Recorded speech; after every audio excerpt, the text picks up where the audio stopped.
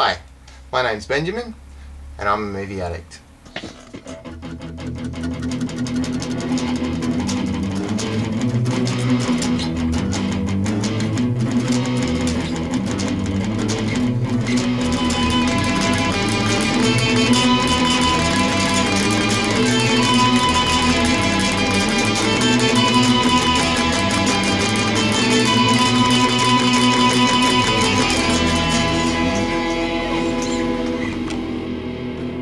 There were zombie films before George Romero's Night of the Living Dead in 1968, but none of them seem to have influenced popular culture in quite the same way.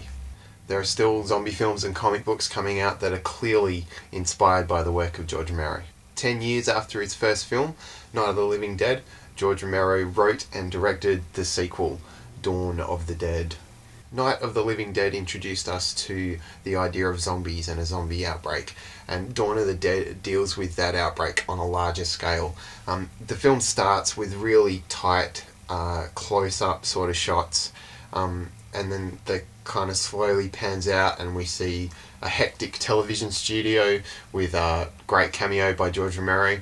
It pans out further and we kind of see this chaos in the outside world, and it just kind of pans out. It's a nice beginning.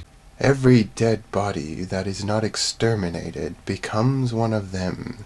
It gets up and kills.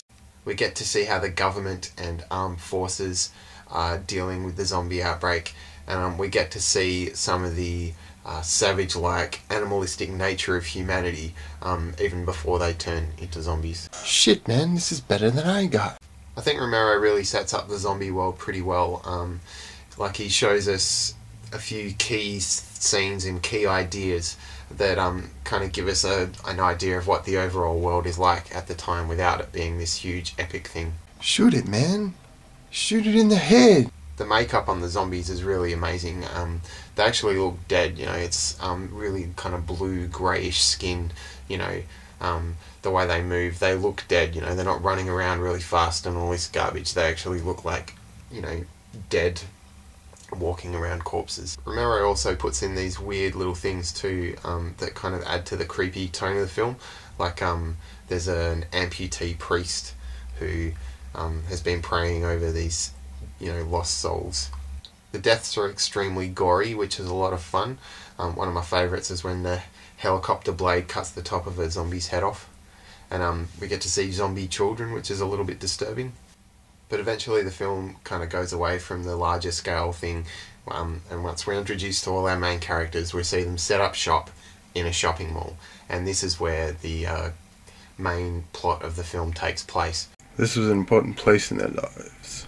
Romero really hammers home his, you know, social commentary sort of thing. It's completely obvious. You know, it's his commentary on consumerism, you know, we're all zombies walking around shopping centres, you know, blindly, aimlessly purchasing things because we're dead, we're soulless, this kind of thing.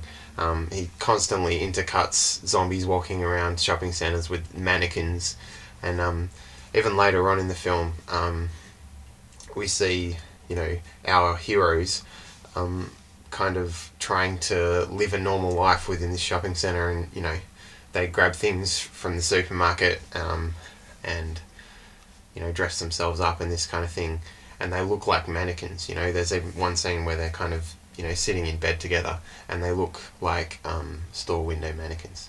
As obvious and as ham-fisted as it is, it's still a pretty interesting idea, and I think within the context of a really gory, fun horror movie, it kind of adds to it a bit. Tom Savini, the gore specialist, makes a great appearance as one of the bikers that kind of come in and show more of the kind of, you know, crazy nature of humanity. There's some great emotional moments where our heroes kind of have to kill each other when they become zombies. You know, there's that personal connection, that sort of thing, which is great. And then in the end, you know, only Ken Foree and Galen Ross get away, and it's kind of an ambiguous ending. They haven't got much petrol left in their helicopter, but they just take off and see what happens. In 1985, Romero returned to the zombie story to make Day of the Dead, which I think was a really decent installment. And much more recently, he's returned to the zombie story to make 3 more films, but I choose to ignore them because they suck.